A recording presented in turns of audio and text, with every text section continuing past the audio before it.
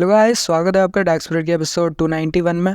जैसे कि हमने लास्ट एपिसोड के में एक बंदे को देखा था जो कि हमारे लिनफेंग की तरफ देखता है और साथ ही उस स्प्रिंग जेट की डियो की तरफ देखता है जो कि एक तरह की वाइन होती है। और वो कहता है कि मिस टैंग ने इस बंदे को इतनी इजीली ये वाइन दे दी। वैसे कि ये वाइन जो होती है वो काफ़ी ज़्यादा प्रेशियस होती है और ये इसका नाम है सोल स्प्रिंग जेट डियो, जो कि काफ़ी ज़्यादा प्रेशियस होती है और काफ़ी ज़्यादा महंगी होती है। और मिस टैंग ने इस बंदे को पता नहीं है क्यों इतनी ईजिली दे दी गिफ्ट के तौर पर।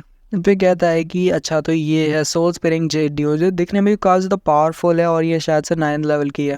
तो देखना है कि ये कितनी ज़्यादा मैजिकल है। और यही करते हुए वो उसकी तरफ आगे हाथ बढ़ाता है, पर उससे पहले कोई स्ट्रिंग की पावर का यूज़ करते हुए उससे वो जो जेट डियो होती है उसको छीनने की कोशिश करता है। जबकि लिट में उस बंदे की तरफ देखता है तो वो बंदा जो कि कह रहा होता है कि ये बच्चों के लिए नहीं है और उससे वो छीनने की कोशिश कर रहा होता है।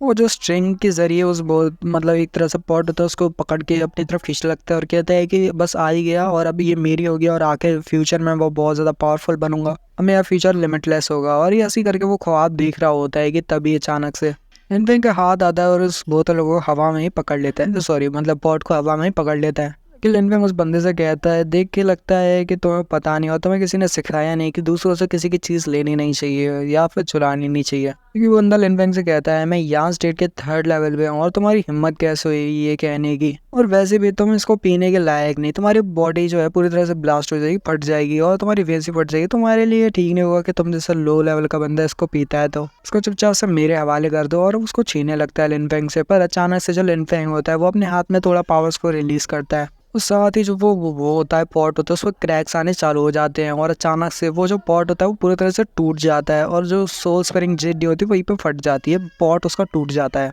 जब वो टूटती है तो सारे लोग कहते हैं, ये देखो कितना ज़्यादा एकदम बेकार है ये इंसान, इसने तो पूरी जेट डियो को ही तोड़ दिया। ये 9th लेवल पे सिर्फ यहाँ पे बर्बादी करने आया है और कुछ नहीं। जो सोल स्पिरिंग जेट डियो होती है वो वहीं पे उड़ रही होती है, हवा में ऐसे करके उड़ रही होती है एयर में ही। तभी अचानक से जो वो होती है जेट डियो वो अचानक से लिनफेंग के अंदर ही आ जाती है, यानी एक तरह से लिनफेंग के अंदर ही समा जाती है। तो लिनफेंग उसको एब्जॉर्ब कर लेता है या पी लेता है एक तरह से, क्योंकि वो काफ़ी ज़्यादा हाई लेवल की होती है और कोई भी ऐसे सोल स्पिरिंग जेट डियो को इतनी आराम से तो नहीं पी सकता। तो सारे लोग भी हैरान होते हैं। जबकि लिनफेंग उसको पीने के बाद कहता है बहुत ज़्यादा टेस्टी और काफ़ी ज़्यादा डिलीशियस है। वे कहता है, अगर तुम्हें मेरे से फाइट करनी है तो तुम इतना ज़्यादा छुप क्यों रहे हो, चलो सामने आ जाओ और लड़ाई के लिए तैयार हो जाओ। मुझे लगता है कि तुम मेरे से यहाँ पे लड़ने के लिए आए हो, क्योंकि मैं यहाँ पे तो वो पी गया हूँ। तो अगर तुम मेरे पे हमला करने वाले हो तो जल्दी करो, मेरे पास ज़्यादा टाइम नहीं। साथ ही जो लिनफेंग होता है वो अपनी उस टेबल के ऊपर ही खड़ा हो जाता है, यहाँ पे उसने वो जेट डियो का रखा होता है वहीं पे उसके ऊपर ही चढ़ जाता है। क्योंकि एक बंदा कहता है, भाई साहब ये कितना ज़्यादा कूल बंदा है, ज़रा देखो तो वो तो इतनी आराम से इस पे टेबल पे चल रहा है जैसे कि ये पूरी जगह उसकी है। जब कोई पावरफुल इंसान ऐसे ही होता है, जब कोई यहाँ पे सबसे ज़्यादा पावरफुल होता है तो वो इतनी ज़्यादा ही एरोगेंस को शो करता है। यानी कि जो लिनफेंग है वो एक तरह से बहुत ज़्यादा पावरफुल है, तभी वो इतना एरोगेंस है।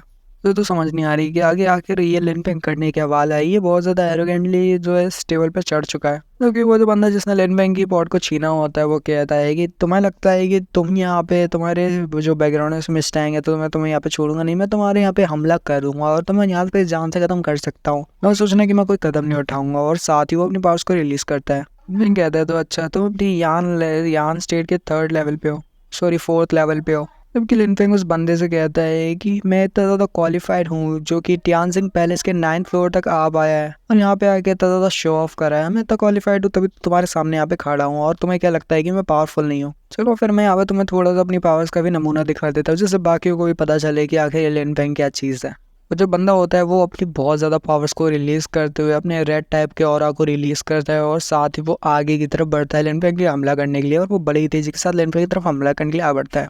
उसका पंच लिनफेंग पे पहुंच पाता है। इससे पहले लिनफेंग अपना जो राइट पैर होता है उसको थोड़ा पीछे की तरफ करता है और साथ ही अपने पंच को भी पीछे की तरफ करता है और दोनों पंच और लेफ्ट राइट लेग को पीछे करते हुए वो सामने की तरफ एक जोरदार पंच लगाता है। फिर वो अपनी रोटेशन पावर का इस्तेमाल करता है जो कि उसे उस केव से मिली थी जब वो केव के अंदर गया था, जब वो दीवार बंद थी और वहाँ पे जाके उसे पावर्स मिलती है वही वाली।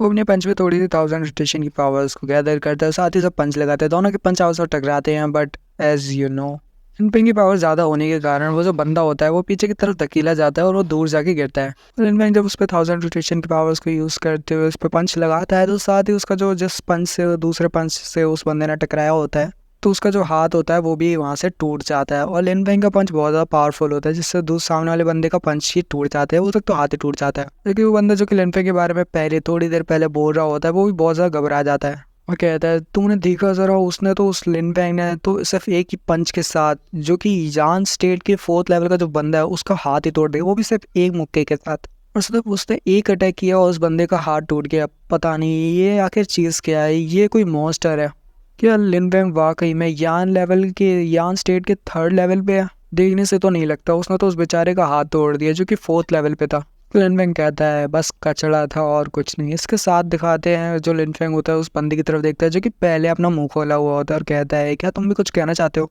जो बंदा होता है वो काफी घबरा जाता है और साथ ही लिन फेंग उससे कहता है, लिन कहता है उसको लगा था कि वो बहुत ज़्यादा यहाँ पे पावरफुल है, जबकि वो यान स्टेट के 4th लेवल पे था। उसको लगा 4th लेवल पे होने के बाद वो बहुत ज़्यादा पावरफुल बन चुका है। मैं कहता है इंसान को ज़्यादा लालच नहीं दिखानी चाहिए, वरना उसका हाल भी वैसा होता है जैसा अभी इस बंदे का हुआ। जबकि लिन पे वहाँ से पीछे मुड़ जाता है और कहता है लॉन्गशे एम्पायर में मैंने सोचा था बहुत ज़्यादा पावरफुल लोग होंगे, और अगर वहाँ पे लॉन्गशे एम्पायर में यहाँ पे ऐसे ही लोग मुझे मिलने वाले हैं जो कि इतने ज़्यादा कचड़ा है, तो फिर तो ये बहुत ज़्यादा डिसअपॉइंट वाली बात है। लॉन्गशे एम्पायर में आके मेरे को ऐसे लोगों से मिलने को मिल रहा है जो कि इतना ज़्यादा कचड़े हैं, तो मैं तो बहुत ज़्यादा डिसअपॉइंटेड हूँ इस बात से। जबकि वो बंदा सोच रहा होता है कि आखिर ये मॉन्स्टर है या क्या, ये इंसान भी है या क्या है।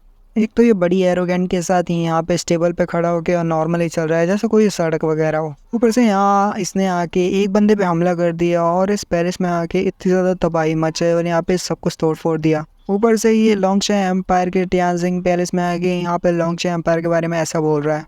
पता नहीं इसके एरोगेंट कितने ज़्यादा ऊंचे लेवल पे है। असल में वो ये सब मन में सोच रहा होता है और सोच रहा होता है कि अच्छा है कि मैंने इससे ज़्यादा पंगे नहीं लिए और ज़्यादा इससे पंगे नहीं लिए, वरना फिर मेरा भी हाल उस बंदे जैसा होता जो अभी भी यहाँ पे गिरा पड़ा है टूटे हाथ के साथ।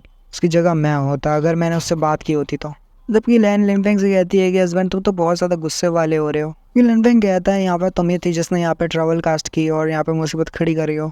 एक बंदा कहता है कि और एक्सीलेंसी आप बिल्कुल भी कल्टिवेशन के मामले बिल्कुल भी वीक नहीं हो, बस तुम्हारे पास कोई स्ट्रेंज पावर है, तुम अपने से एक हाई लेवल के बंदे को ही हरा सकते हो। तुम्हें यहाँ पे लगता है कि तुम लॉन्गशे एम्पायर के आके यहाँ पे ऐसे लोगों से मिल रहे हो जो तुम्हें डिसअपॉइंट करेंगे, तो तुम बिल्कुल गलत हो। इन पे उस बंदे की तरफ गुस्से की तरफ से देखता है, उस बंदे की तरफ गुस्से की तरफ से देखता है, जबकि वो बंदा जो कि ड्रिंक करते हुए कह रहा होता है कि बोलना मत कि ये लॉन्गशे एम्पायर है, एक ऐसा एम्पायर जो कि एम्पायर बाकी एम्पायरों की तरह ही है, जहाँ पे बहुत सारे यंग टैलेंट्स होते हैं और बहुत ज़्यादा पावरफुल लोग होते हैं। तुम्हारे जैसे छोटे किंगडम से आया हुआ बंदर यहाँ पे अपने आप को कुछ ज़्यादा एरोगेंट शो कर रहा है, और तुम वैसे भी सिर्फ छोटे एक किंगडम से हो जो कि सुयो किंगडम है, क्योंकि बहुत ज़्यादा छोटा है, हमारे लॉन्गशे एम्पायर से तो बहुत छोटा है। पर यहाँ का लॉन्गशे एम्पायर इतना बड़ा है और यहाँ पे इतने ज़्यादा काउंटलेस जीनियसेस हैं जो कि तुमने देखे भी नहीं होंगे, और वो सारे जीनियसेस सिर्फ वीक को ही बुली करते हैं। कि लिन फेंग कहता है तो तुम्हें लगता है कि तुम मेरे को यहाँ पे हरा सकते हो फाइट में, और तुम मुझे यहाँ पे बुली नहीं करना चाहते।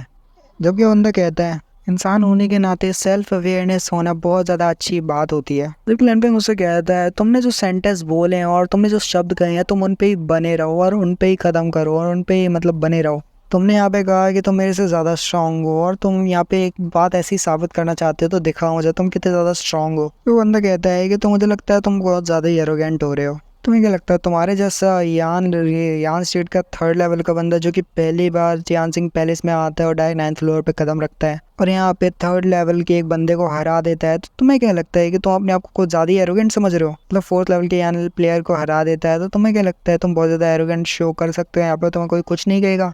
और इसी के साथ ही वाला एपिसोड यहीं पे खत्म करते हैं। आई होप आपको वीडियो पसंद आएगी, पसंद आए लाइक कर देना, कमेंट कर देना, मोटिवेशन मिलता है नेक्स्ट वीडियो बनाने का, मिलता है अगली वीडियो। Good bye.